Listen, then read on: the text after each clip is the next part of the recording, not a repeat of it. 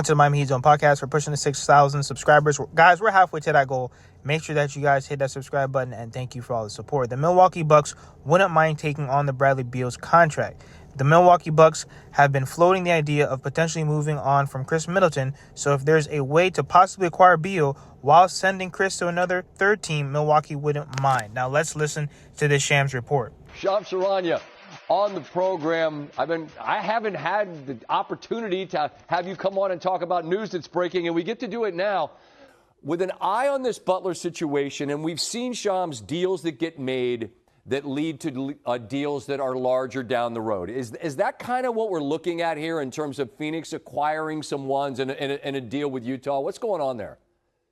So, Scott, essentially it's them getting more assets to play with right now, and they're trading away their 2031 first-round pick to get 3 lesser favorable first-round picks. So over the next 6 years, really unlocking their draft. They don't have a pick that's so far out into the future. They have picks to play with right now, multiple picks.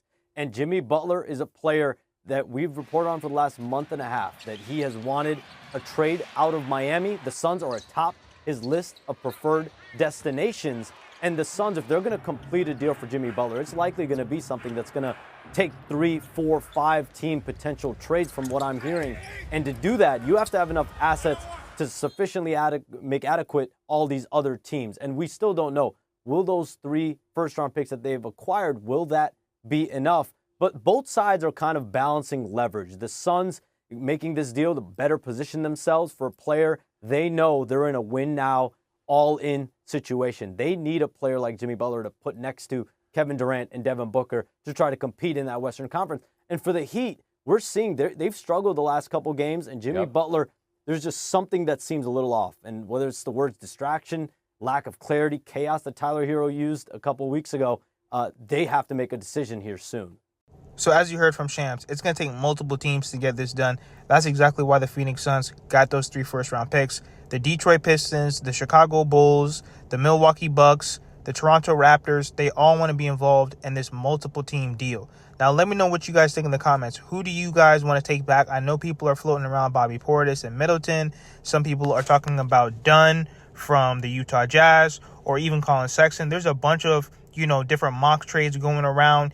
Some people are even saying Zach LaVine. But let me know what you guys think in the comments. Now, if the Heat made this version of the trade, they'd be able to duck the tax entirely. We don't know if that's a priority for the Miami Heat, which we already know it is.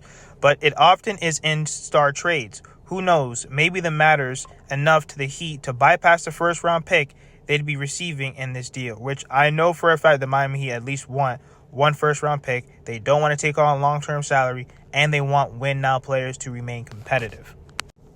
So the idea here for the Miami Heat would either be to trade the expiring contracts of Middleton and Portis along with draft picks for a star at some point in the 2025-2026 season, or to simply let those deals expire and chase someone like De'Aaron Fox or Trae Young in free agency. So there's so many different possibilities.